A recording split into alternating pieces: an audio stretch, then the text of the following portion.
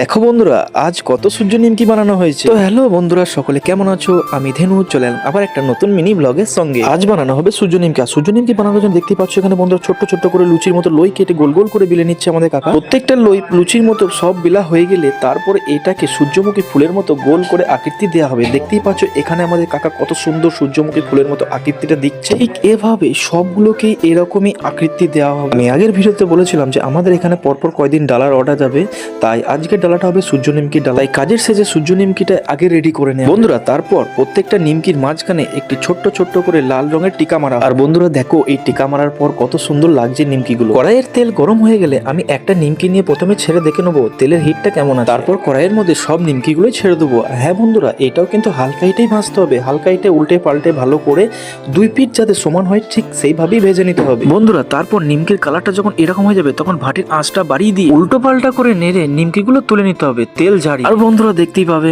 আমাদের নিমকি তো রেডি হয়ে গেছে, সূর্য নিমকি। তো দেখা হচ্ছে নেক্সট ভিডিওতে। আমার এই ভিডিওটি ভালো লাগলে একটা লাইক করে চ্যানেলটাকে সাবস্ক্রাইব করতে যেন বলো না বন্ধুরা।